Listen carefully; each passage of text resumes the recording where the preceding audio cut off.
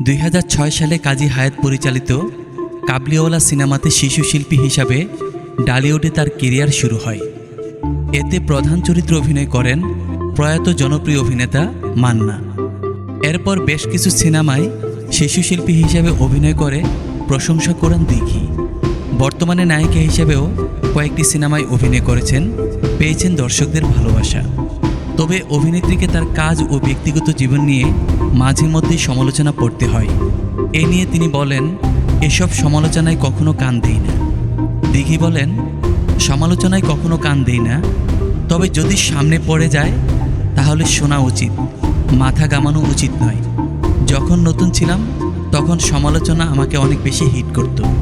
নায়িকা বলেন, এখন তো সমালোচনা করাটা ট্রেন্ডি হয়ে গেছে। কাউকে নিয়ে নেতিবাচক কথা বললে মনে করেন তিনি অনেক বোঝেন, অনেক জানেন। অনেকে আরেকজনকে ছোট করে নিজেকে বড় মনে করেন।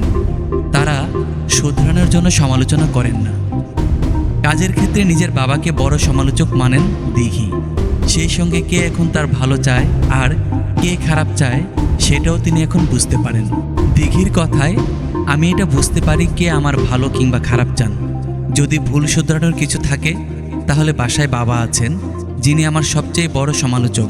কখন কোনটা করা উচিত তিনি আমাকে বলে দিতে পারবেন।